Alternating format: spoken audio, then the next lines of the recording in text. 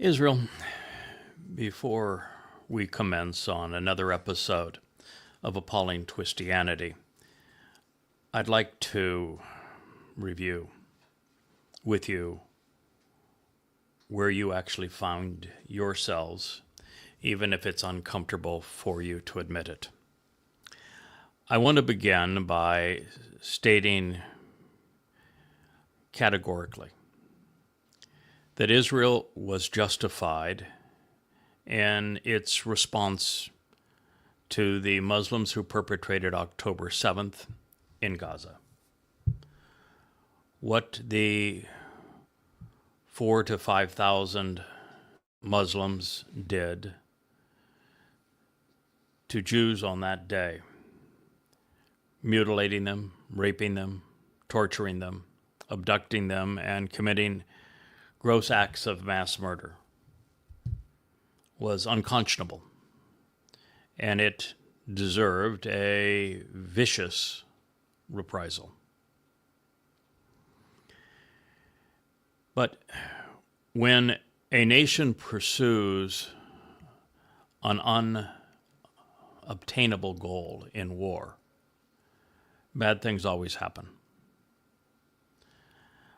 I was aware that Israel was going to invade Gaza before Israel made that mistake. Yes, I realized that Gaza had tunnels and rockets and arms, and that it seemed appropriate to bring the war to Hamas. But I knew that by doing so, Israel would not only lose that war to the point there would be no military or political settlement, but that Israel would turn the world against it, and therefore play into the hands of those who perpetrated Alaska flood. And that's precisely what happened.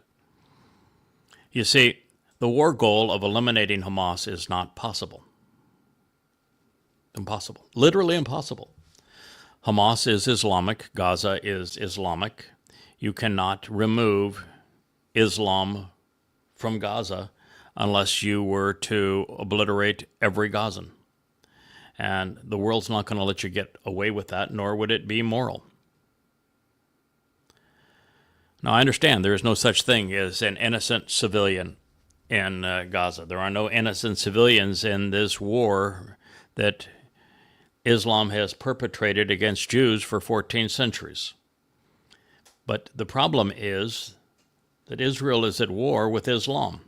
Hamas is simply a symptom of Islam, as is Hezbollah, as is Islamic Jihad, as is Al-Qaeda, as is the PLO, as is Fatah, as is Lebanon, as is Syria, as is the Islamic State, as is Saudi Arabia, as is Iraq, as is Iran.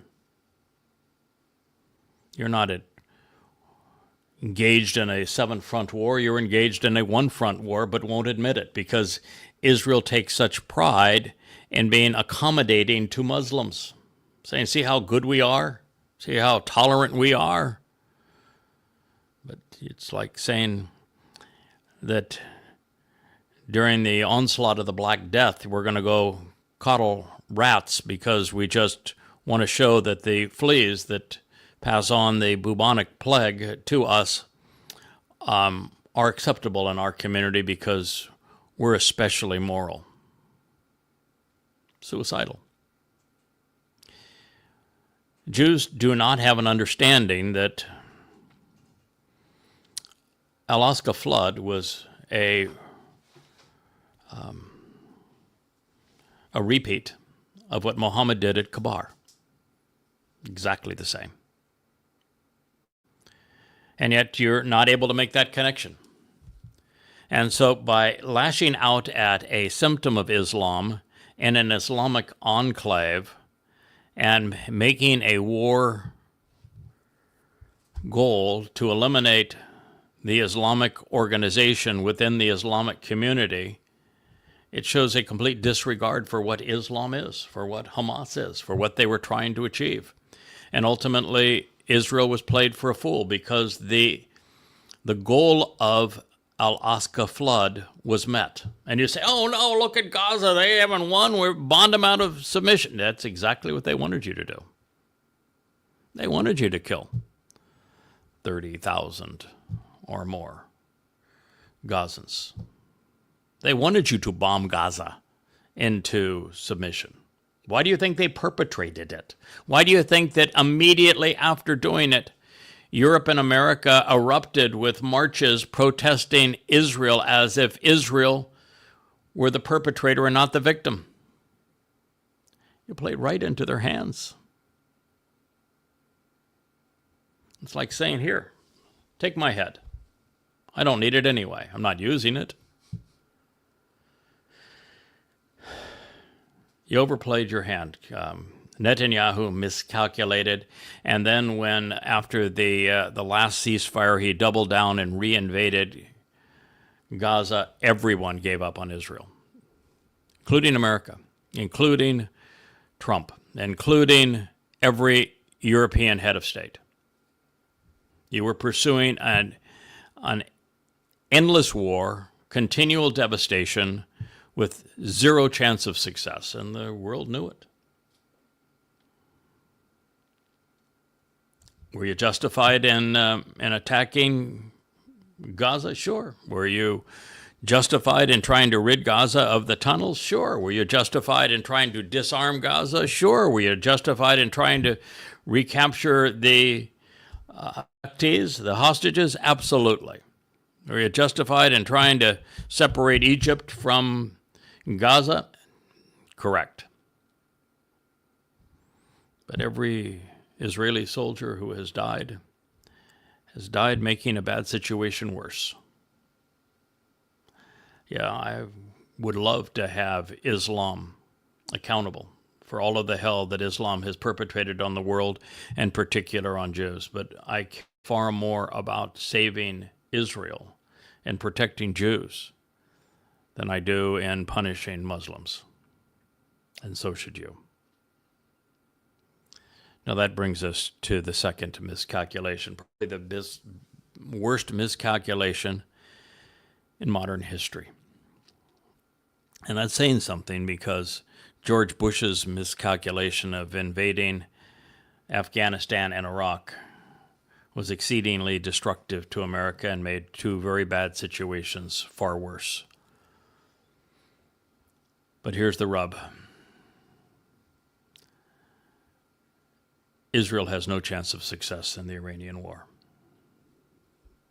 It's a fait accompli. Israel loses this war. Now, before I go into why Israel loses the war, I want to nip one thing in the bud. You have to be a complete idiot or an anti-Semite, or both, to pretend that Iran had not attempted to build bombs and that they were not close to building bombs.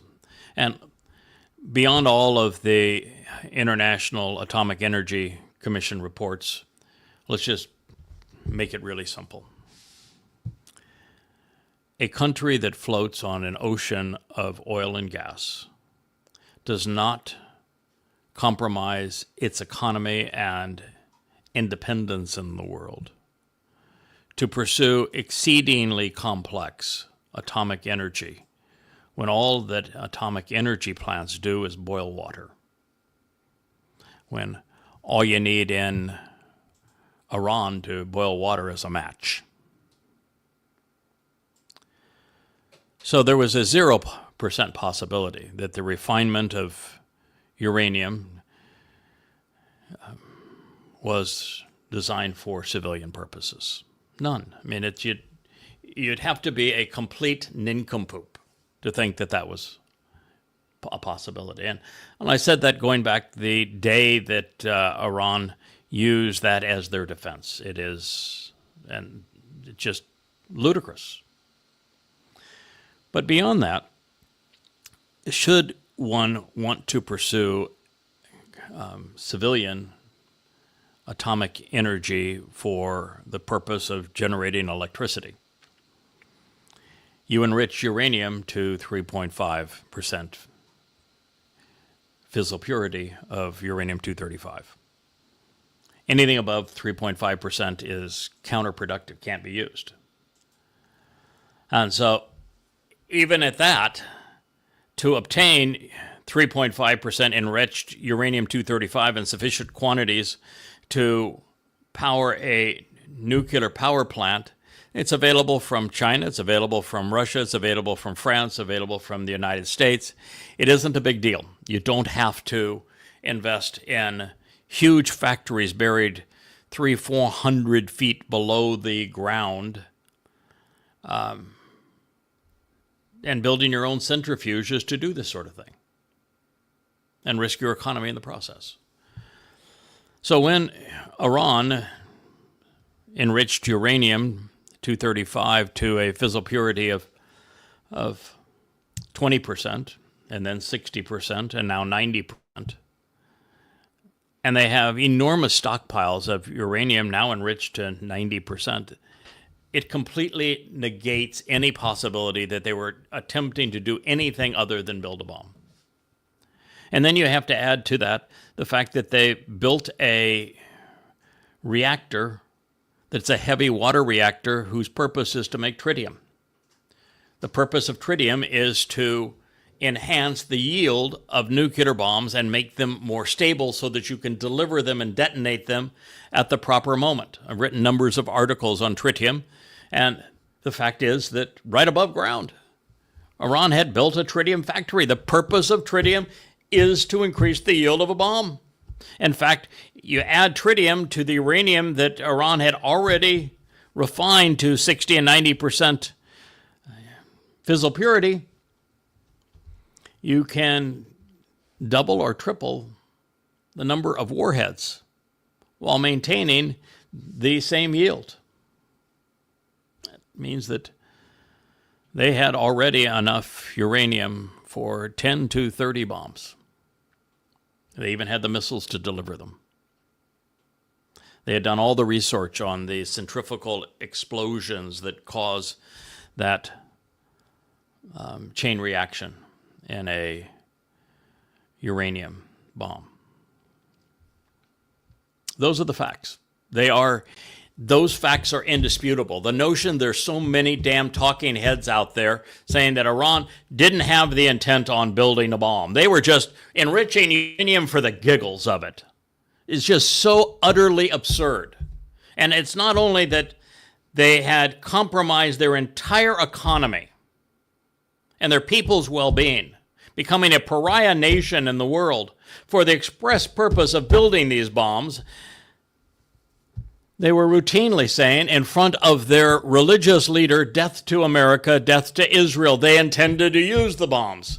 And so Israel was in a catch-22. It's lose either way. You don't take out the capacity of an enemy that is calling for your destruction, the ability to destroy you with the missiles and those nuclear bombs, they're going to kill you. And if you do what Israel did, they're going to kill you. It was a terrible position to be in. But let's be honest about the position that Israel is in now. Because there is no way for Israel to win this war. It can't be done. Yeah, I know, Israel pounding their chest. We control the skies above Tehran and Iran. First of all, it's likely not true. It's likely that the majority of the bombs are guided munitions that actually, when they're not like Moabs that you just drop and gravity takes down. They all are rocket propelled, and they have a considerable range, and most of them are being released with guidance closer to the border and not flying over Iran. Do you ever wonder why there's pictures of the Israeli jets flying low through Iraq, but none? All of those pictures that we've seen of the skies of Iran, and there's no jets. They likely are releasing bombs near the border and returning. And they're not loitering over Iran. But the fact of the matter is that no fleet of fighters is capable of bombing a nation the size of Iran into submission and to surrender. It has never happened. It will never happen. And that means that the only way to successfully prosecute the war from a military perspective would be for Israel to invade and occupy Iran. But Israel can't muster millions of troops.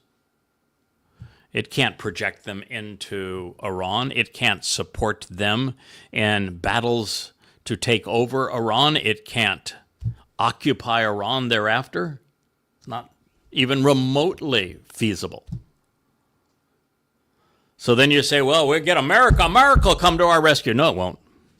At this point, it is actually unlikely, well, not impossible, but unlikely, that America is going to go so far as to deploy their very pricey and showy B-2s to drop Moabs on Fordo. And if they do that, it will be as far as America goes. And dropping bombs on Fordo, first of all, likely not even to work. If you study the nature of the concrete reinforcements, the geometric shapes, the deflection of Moabs around the targeted area, and the fact that really no one knows exactly where in that mountain the tunnels are where the manufacturing is taking place, and the blast ratio of a Moab, America could drop 100 of them in 30 shorties over Fordo and still not take it out. And if they were to take it out, what would preclude it being rebuilt? Because you can't invade and occupy Iran. You know, it's a delay tactic, but is it effective? No. And you're not going to get America to declare war on Iran. It is not going to happen. If that was the calculation, forget it. And on top of all of that, you know, America has lost the war in Ukraine. America lost a war against the goddamn Houthis. America failed in Afghanistan. America failed in Iraq. America failed in Syria. America failed in Libya. And you think that America is now going to go into Iran that's more considerably better equipped, larger, and it's going to prevail in Iran when it couldn't beat the Houthis? You out of your mind? No, it's not going to happen. And because of all that has transpired since October 7th, in addition now to having the Marxists and the Muslims screaming death to Israel, the MAGAs have joined them. Now it's the 3Ms against Israel.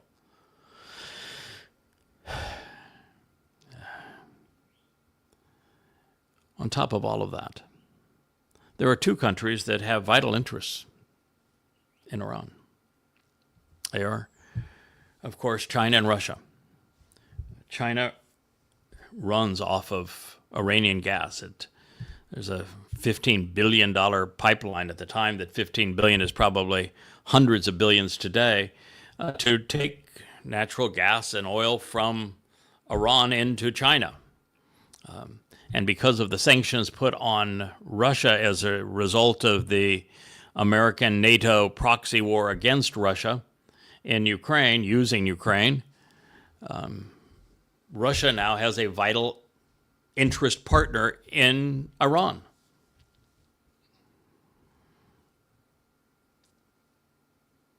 And by attacking Iran and threatening to take Iran from the Chinese-Russian influence, where it is a vital asset to them, and to take it to European/American Israeli control, as if that were even possible, makes Israel an enemy of China and Russia.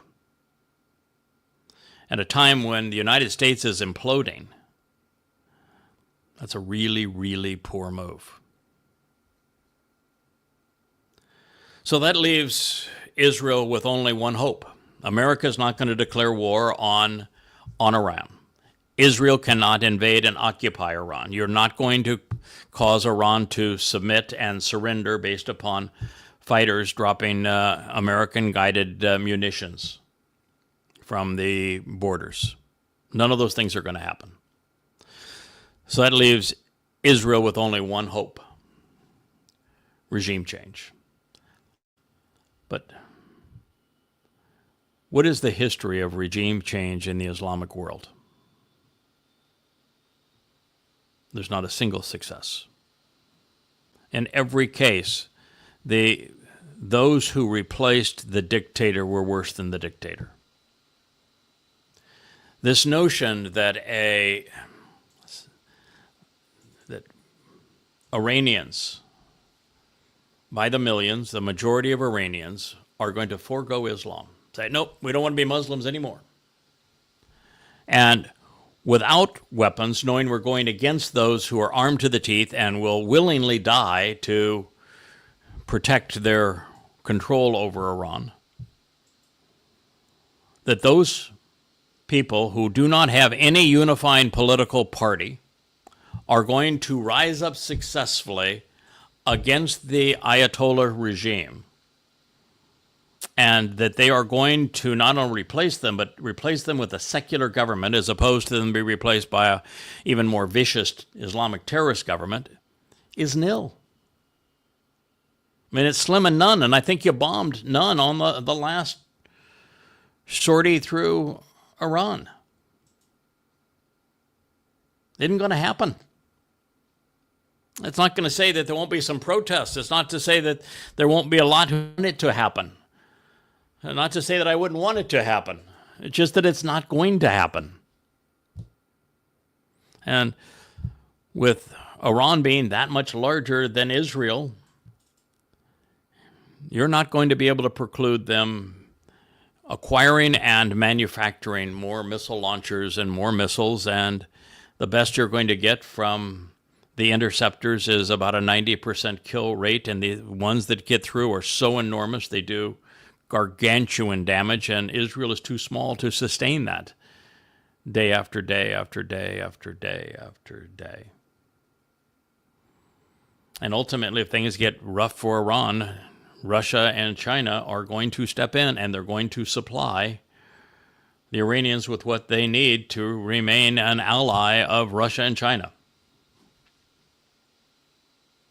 And no one can stop them. The U.S. can't stop them. Europe can't stop them. So now what? The longer the war goes on, the quicker Israel runs out of interceptors. And let's not kid ourselves. The manufacturing of those interceptors, there's long lead times. America is not a manufacturing powerhouse anymore, nor can it afford it. And in the war between interceptor and missile, the missile always wins, even if the missile is intercepted because of the differential in cost between the interceptor and the missile. Israel is running out of bombs, interceptors, and money. And it's too small a target against a foe that is way too large. I don't want it to be so, but it is so, Israel. You can't win this war. Not militarily, not politically. And you've isolated yourself from the world.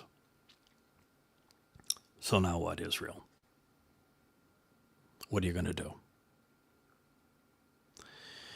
And you also have this internal conflict where the majority now of Israelis would gladly trade 20 lives for the end of the war in Hamas. And because you invaded Hamas, or Gaza, to end the war there and pull back for 20 hostages and celebrate the return of the 20 hostages is suicide.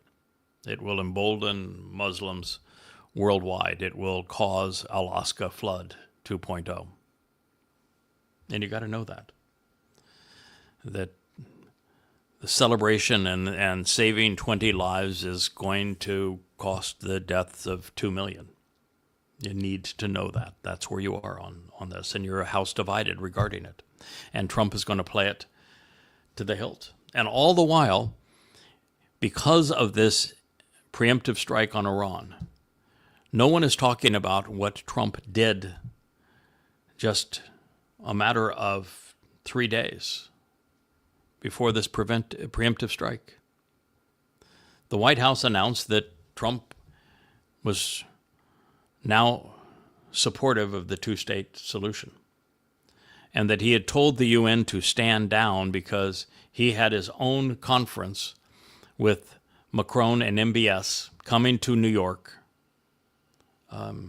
this next week for the express purpose of establishing a Palestinian state, which would be an Islamic state of terror inside of Israel. Israel, once that happens, is completely indefensible. Alaska Flood 2.0 is not just from one fence on one side of Israel. It's now from the inside out, in addition from all around. And you probably know, Israel, that you are now moving troops out of Gaza and to your border with Egypt and Jordan and Lebanon. You're incredibly vulnerable at this moment. And you did this to yourselves. So that is where we are. I've been foretelling this now for years and been very vocal now for the last 6 months that this was Israel's reality and that it was going to be incredibly costly, and getting Israelis to listen. Well, I'm having as much success in that as Moshe had, as Yahweh had. You told Yahweh to shut up and go away. You may do the same with me. You told Moshe to shut up and go away. Moshe gave up on you. He said to Yahweh, you might as well just kill me because these people are impossible. God's not going to come to your rescue. He did not come to your rescue with the Assyrians or with the Babylonians. He did not come to your rescue with the Ottomans. Didn't come to your rescue with the 3 Roman invasions. He didn't come to your rescue with the Greek invasion. He didn't come to your rescue with the Nazis and the Europeans or the Roman Catholic Church or the Ottoman Turks or the first Muslims that flooded out of Arabia after they committed genocide against Jews in Arabia, in Yathrib and Kabar. He specifically said he's sitting this one out because there aren't any Jews who will even acknowledge him by name or accept what his son, Dowd, your king and savior, your Messiah, has done.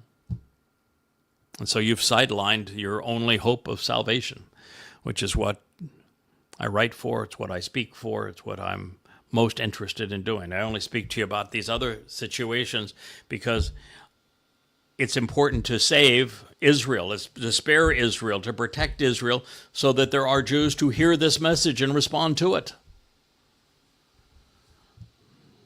But you're making that difficult, Israel. So I love you. I'll lay down my life to protect you. I've had thousands of death threats to tell you the truth. In the entire world of Goy, there is no Goy on earth who is as devoted to you as I am, who cares more about you than I do. And I happen to be that same Goy that Yahweh chose to reintroduce you to him and to his beloved son, Dowd. So I wish I had better news for you, but I need to tell you the truth. You can't win the war against the Muslims in Gaza or the war against Iran, militarily or politically. Both wars are lost, and Israel is incredibly vulnerable. And while I have known and have said that the two-state solution will be imposed by America against Israel on or before 22 May of 2026, the Shabuah harvest, 7 years before Yahweh's Dod's return. And that the time of Jacob's troubles that commences at that date will be more severe for Israel than was the Holocaust, because the prophets have revealed these things to us. And I have delineated every major event along the way between now and then. You have 100 months left. I want you to listen, Israel, because over this 100 months, my job is to reintroduce you to Yahweh, to get you to change and to return to Him, to accept Dod as your Messiah, your King, your Savior, as the very Son of God. This is what's at stake. Are you willing to shub, to change? All right, with that introduction, I want to return to Appalling Twistianity. Rich, our producer, just looked at me and said, "You're really going to make a transition, huh?"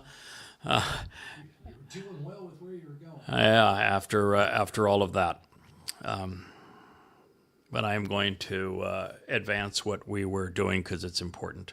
What we were covering was called the Sermon on the Mount. It's recorded in the book of Matthew. Matthew was not there. He knows nothing of it. In fact, there actually was no one named Matthew. The book just has a fictitious title. It's like the book of Enoch wasn't written by someone named Enoch.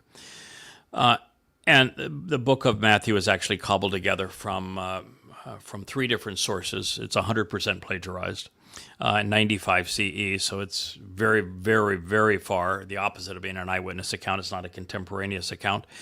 80% of it's plagiarized from Mark and from Luke, and the 20% that didn't come from Mark and from Luke came from the Ebonim, known today as the Ebonites, who were Hebrew speaking, Hebrew writing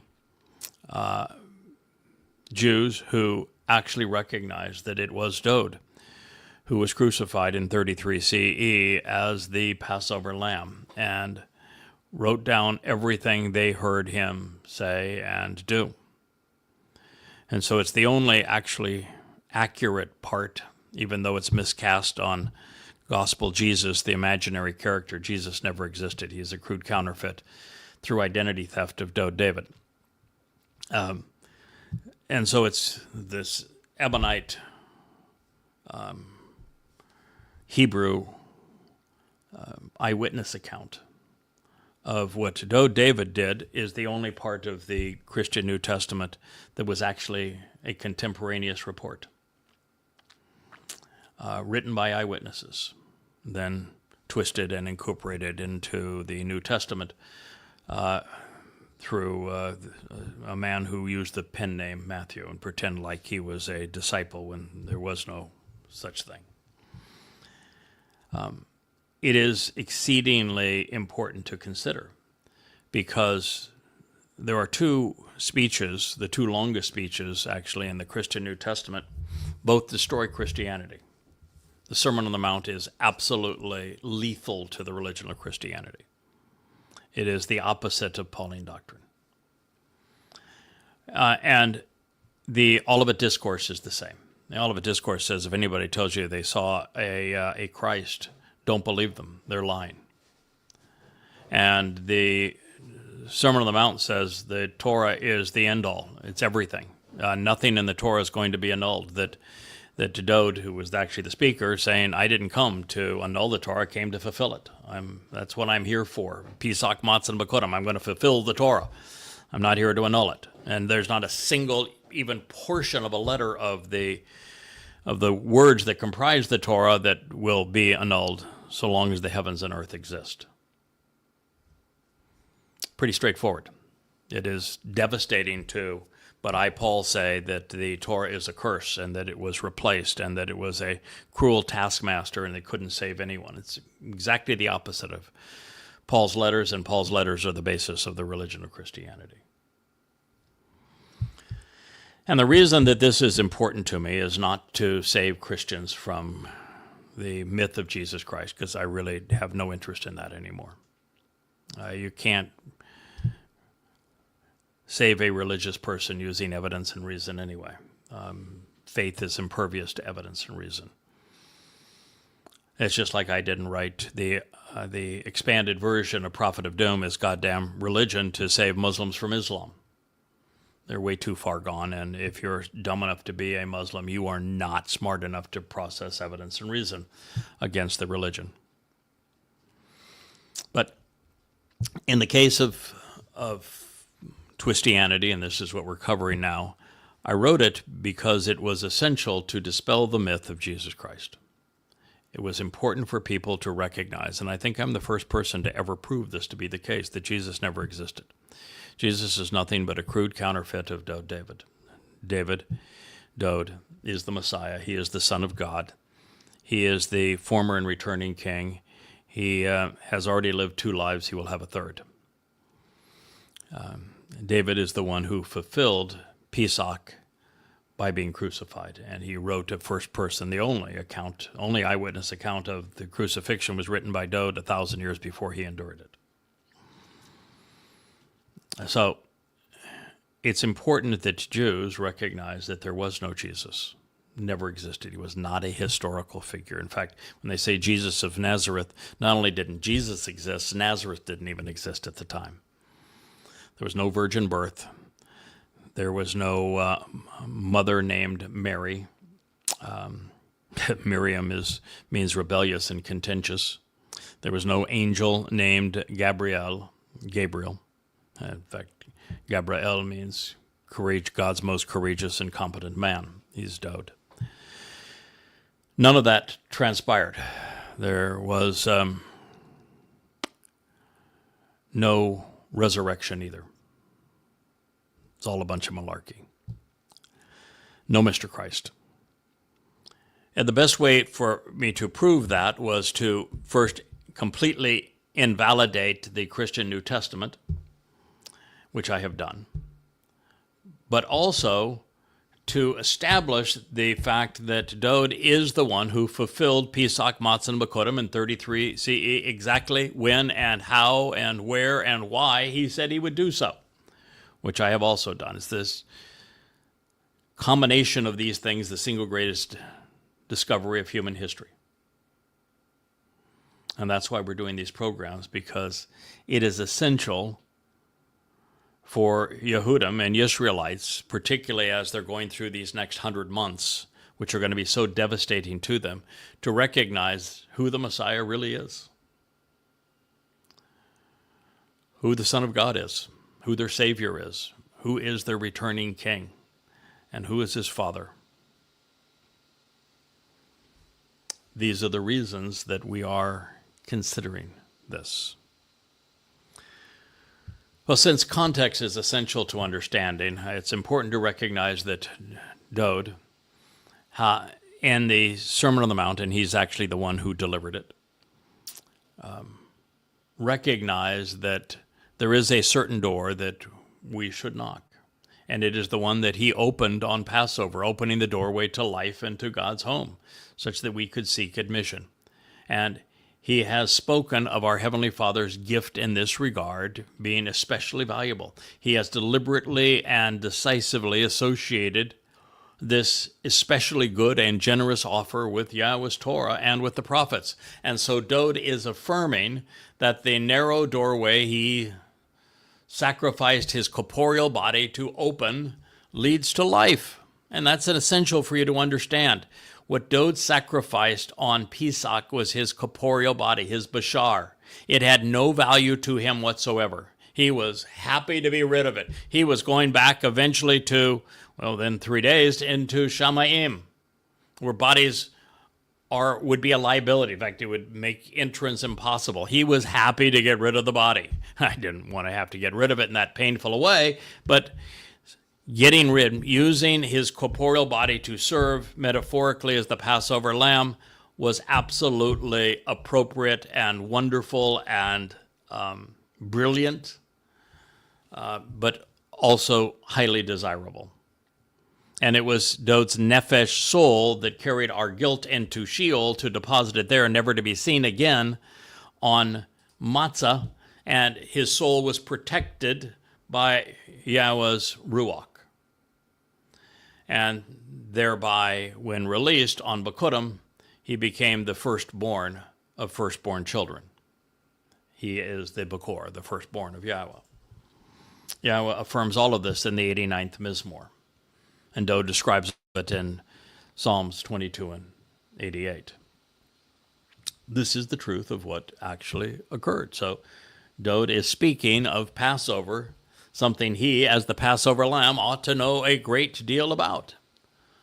So this is what the Ebonim heard Dode say, and they recorded, which was later plagiarized by Matthew.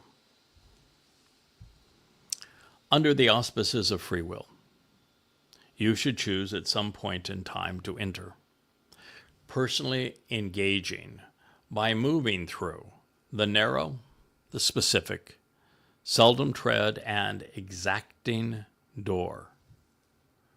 Because broad, man-made, and crafted to be wide open is the door, and spacious and accommodating realm which misleads, this way which misleads and separates unto destruction. And a great many, most people, are those who are influenced into moving this way while suffering the consequence of entering through it. It's recorded in Matthew 7:13. Now, I will tell you that I have disproven the Christian New Testament from tip to stern. But when it comes to the Olivet Discourse and to Matthew's plagiarizing of the Ebionites in chapters 5, 6, and 7, that part's accurate. It's just misattributed. Certainly, the specific doorway has strict requirements. It's narrow, seldom tread, and is an exacting passageway.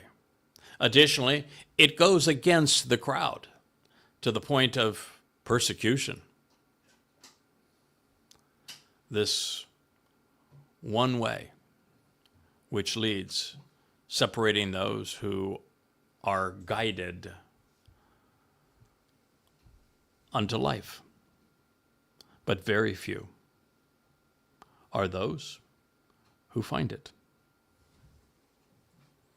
Matthew 7:14. This is among many of the devastating declarations Dode, as the Messiah and Son of God, made against religion.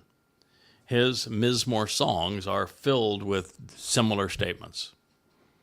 One of the things religions like Hinduism, Buddhism, Christianity, Judaism, Islam, and mankind's newfound favorites, socialist, secular humanism, Marxism, if you will, as touted by progressives and conspiratorial theories, have in common is that they are very popular.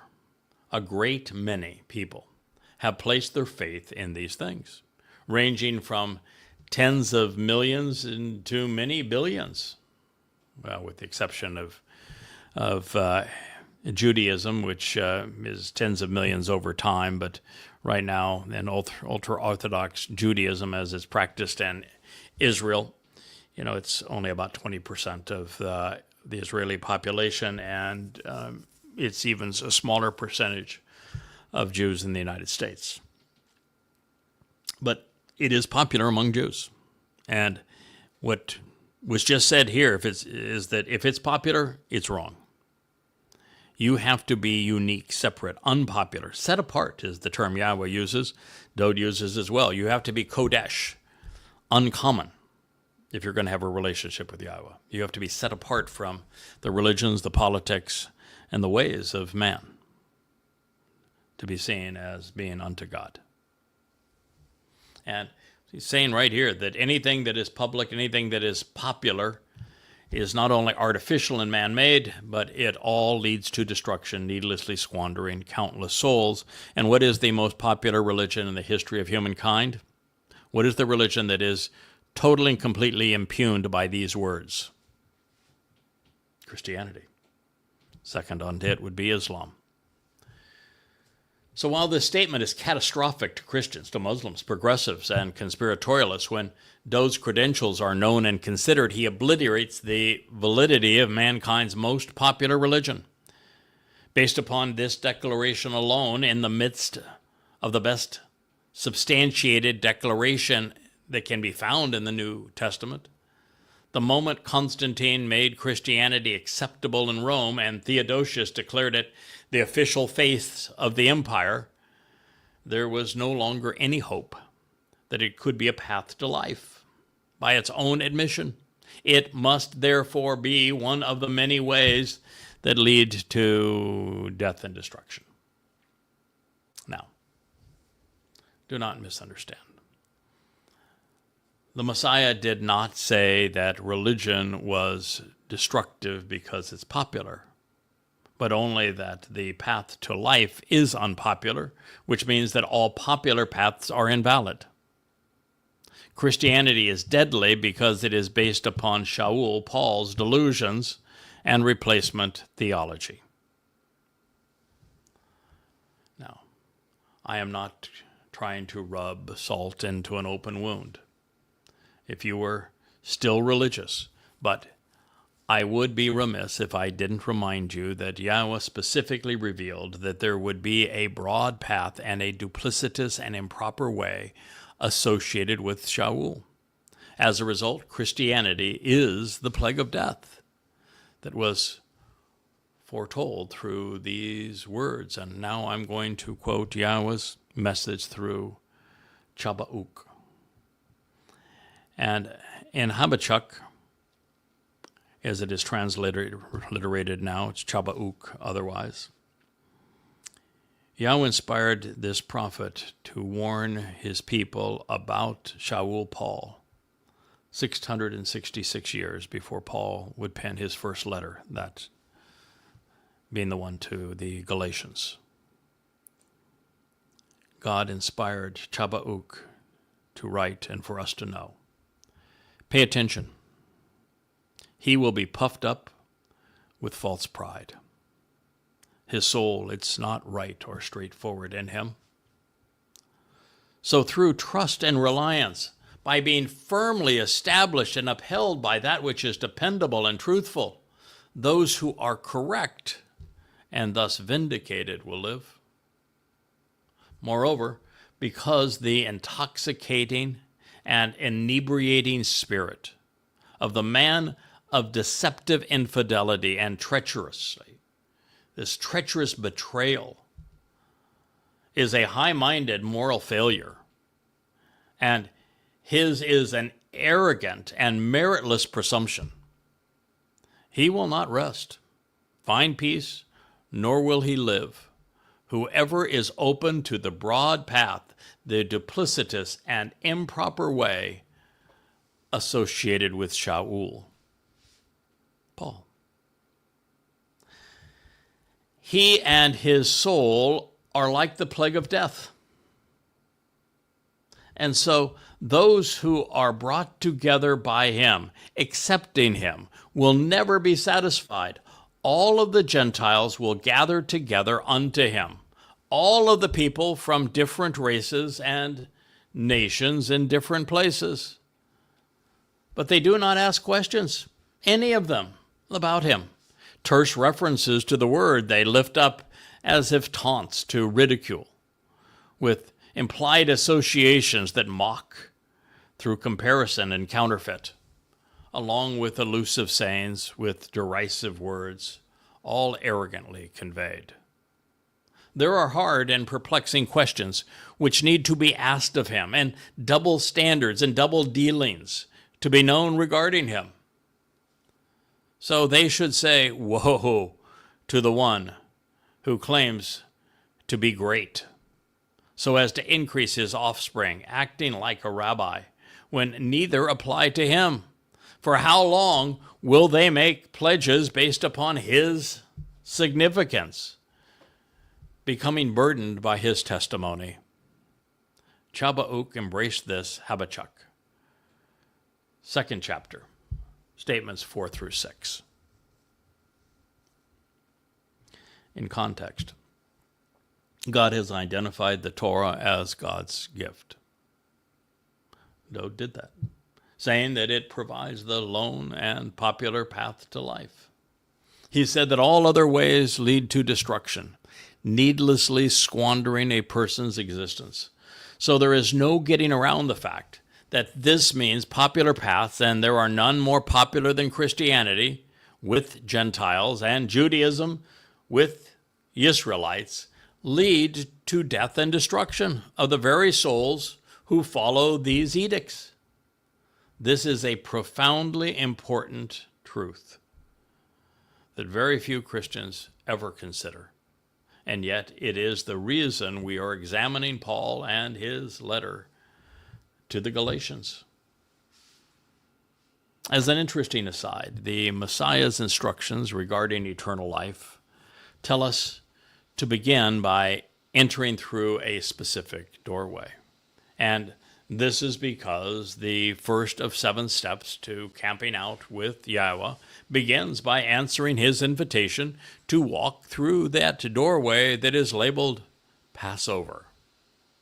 This portal, featuring Dode's sacrifice as the Passover lamb, initiated the Exodus from the crucibles of religious and political oppression and persecution in Egypt, engendering the liberation of God's chosen people from their enslavement by oppressive human schemes. It represents the doorway to God's home, and Dode, as the Passover lamb, is the living embodiment of this, opening the door to heaven itself. Also relevant, the reason that there are strict requirements associated with this specific doorway is because it is only available to the children of the covenant. To benefit from the Mikre, we must first engage by accepting the 5 specific conditions of the Bereth. For God to make heaven enjoyable for the few who are to be included, he must exclude the many who would tarnish the experience. Appalling Christianity is nauseating. It is a plague of death, and it would make everyone, even in heaven, sick. So Dode, even with all of this, was not yet finished, warning all who would listen about the consequence of disregarding the Torah. With these words, he would also tell us to distrust Paul, just as Yahowah had done. At the present time, you should all be especially alert, being on guard, by closely examining and carefully considering, thereby turning away from the false prophets who come to you, currently appearing before you from within, by dressing up in sheep's clothing. And yet, they are actually self-promoting, self-serving, swindlers, and vicious. They are wolves. Matthew 7:15. With every word, it becomes ever more evident that we are gifted this treasure from the Messiah, Dode, David, through the Ebonim, who recognized him and understood what he was offering. Pseudo-Matthew wasn't sufficiently observant to recognize that by incorporating it, he was negating everything pilfered from Mark and Luke. It's the ticking time bomb of Christianity.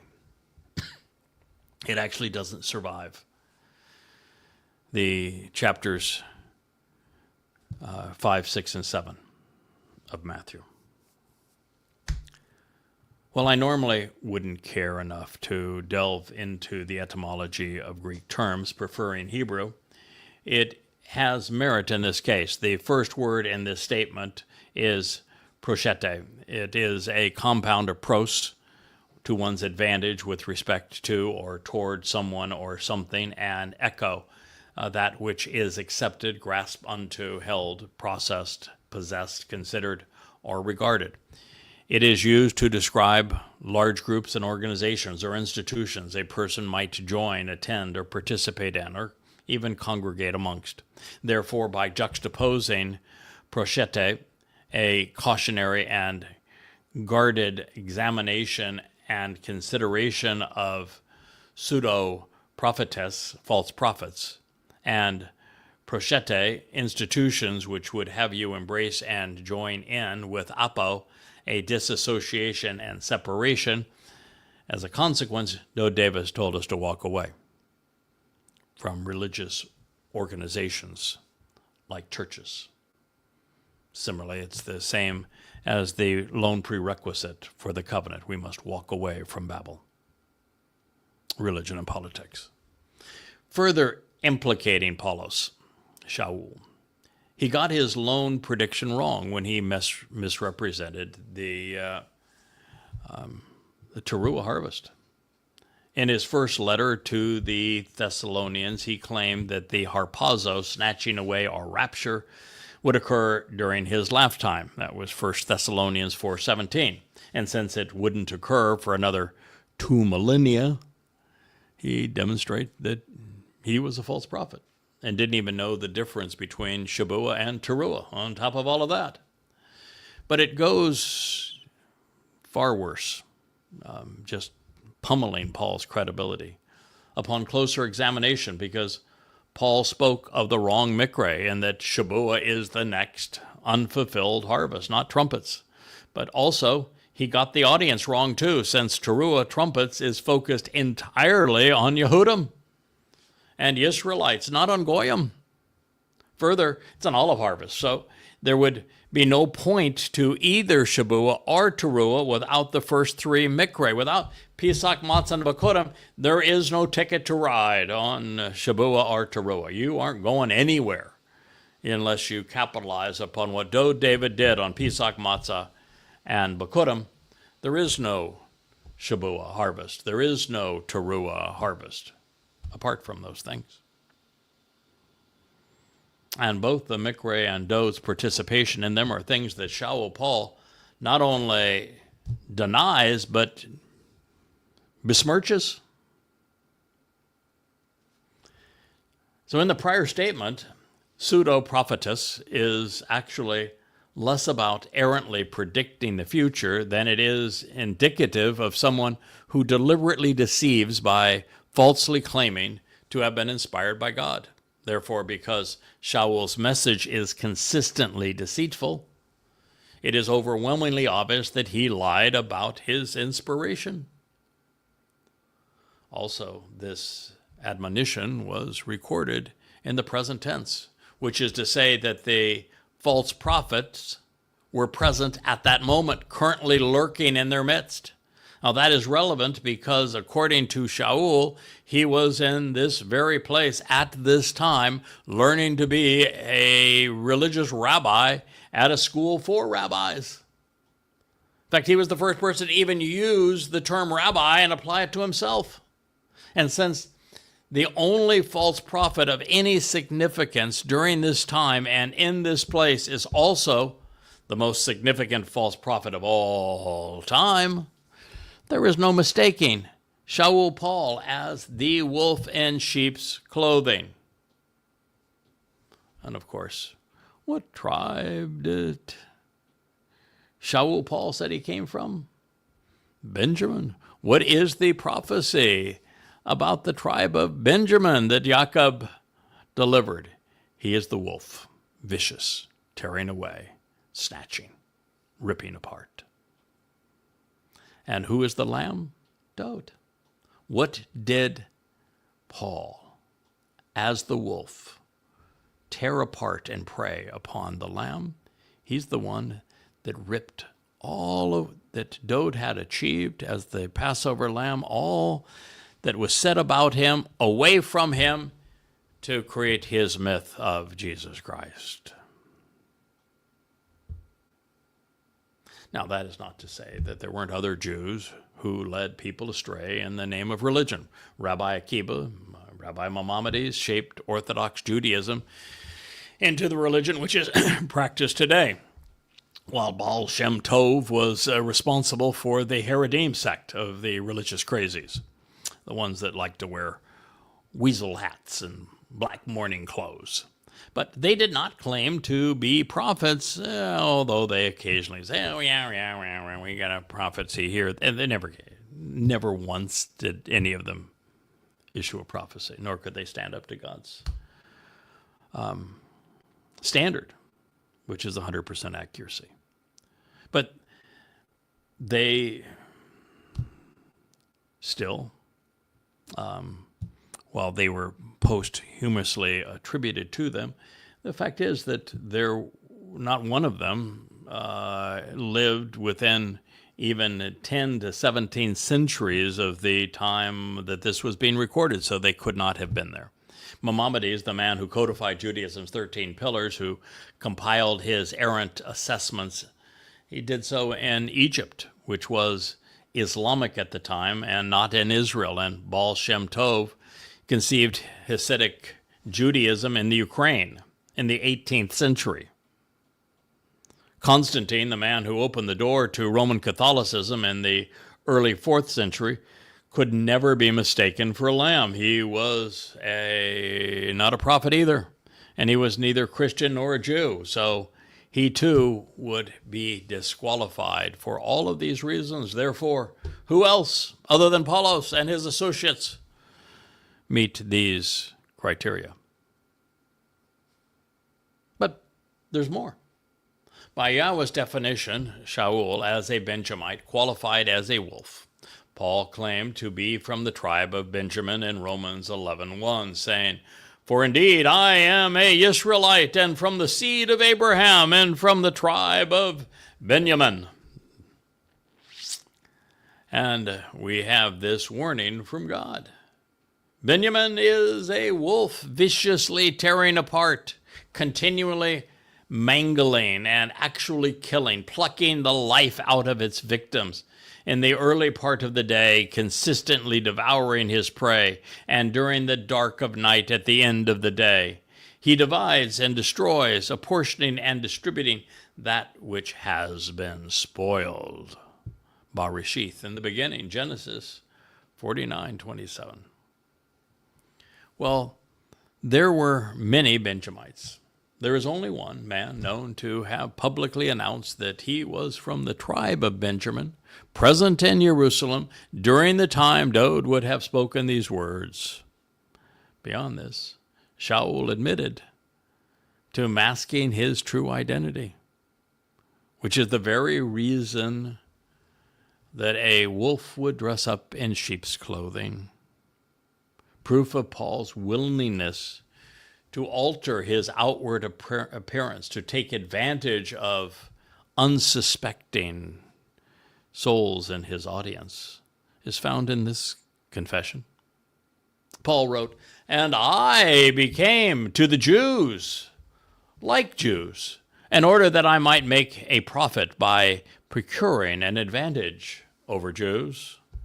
To those under Torah, in such a way to show a weak relationship under Torah, not being himself under Torah, for the purposes that with those under Torah I might make a profit by procuring an advantage over." Corinthians 9:20. To those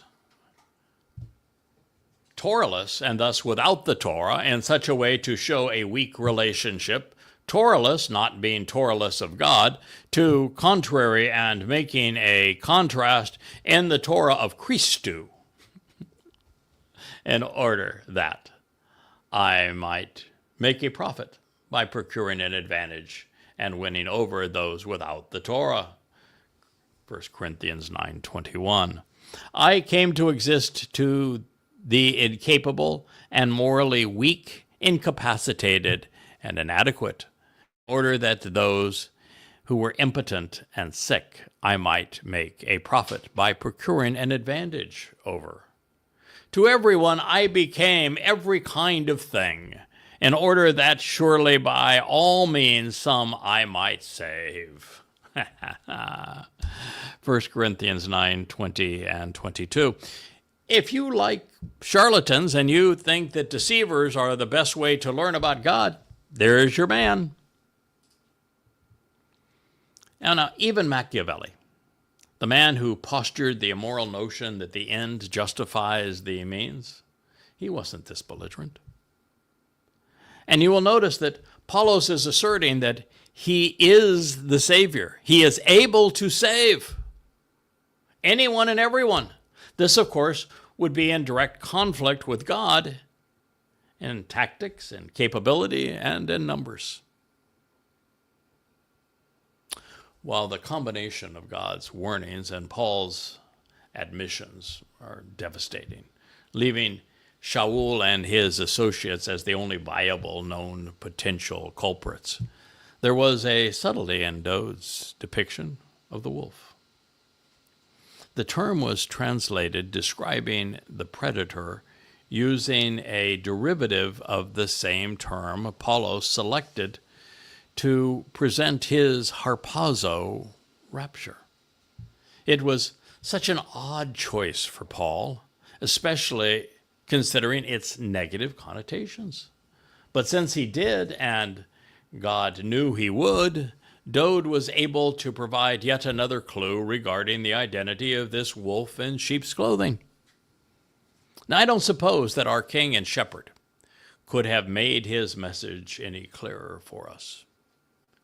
He told us we could rely upon the Torah, and then he told us whom we should not trust, revealing that a self-serving insider would feign allegiance with him so that he could more easily snatch away souls from God.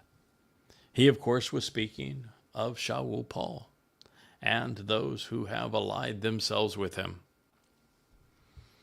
This is especially poignant because on another occasion, Gospel Jesus is credited with something else Paul, or something else Dode, I should say, may have conveyed to us when comparing the influence he would have versus the influence Apollos would have. Listen to this. I myself have come in the name of the Father of mine, and yet you do not receive me. But when another comes in his own name, that individual you all will actually accept. John 5:43. Now, considering how often the founder of the Christian religion became infamous for ascribing, "But I, Paul, say," it is a wonder more people don't recognize him as the one who not only came in his own name, one that he actually chose for himself, but also as one that so many more would prefer over David. Apollos even said, "Imitate me." He wrote, "If someone teaches in opposition to what I say, let him be accursed." He was not only fixated on himself, he claimed the entire world for himself. And today, the vast preponderance of sermons are based upon Paul's letters rather than the Messiah's pronouncements, and almost never upon the Mizmor or the Mashal. So this is a good stopping point for us. We're going to continue with the Ebonite recital of the Sermon on the Mount and what Dode actually said and how it is all devastating to Christianity. And one of the things I just want to leave you with is, let's just pretend for a moment that Matthew in 95, pseudo-Matthew in 95 CE, after comprising 80% of his gospel by plagiarizing Mark and Luke somehow had this presence to say, well, I can be an eyewitness to things that happened 60 years earlier, and I'm going to insert the longest sermon and the longest narrative, the Sermon on the Mount and the Olivet Discourse, into this. Let's just pretend that he did. And let's just pretend that these words are actually attributed to Gospel Jesus. Then why did Gospel Jesus destroy everything that Paul wrote about the new Christian religion? Why did he say exactly the opposite of what Christianity is based upon? Something to think about. Well, I thank you for listening. I know that was particularly hard, speaking of what now Israel and the space that you're in. I wish it was not true. As I say, there's no one who loves Israel more. Among the Goyim in the world, there is no Gentile on this planet that cares more deeply for Israel than I do. And so it is not a message that I wanted to deliver, but it's a message you need to hear. Israel, you are not in a good place. You're exceedingly vulnerable. And if you're going to survive this, you're going to need to turn to Yahowah and do so now. So again, thank you for listening. I am Craig Winn, and this has been an episode of the YAHOWAH blog.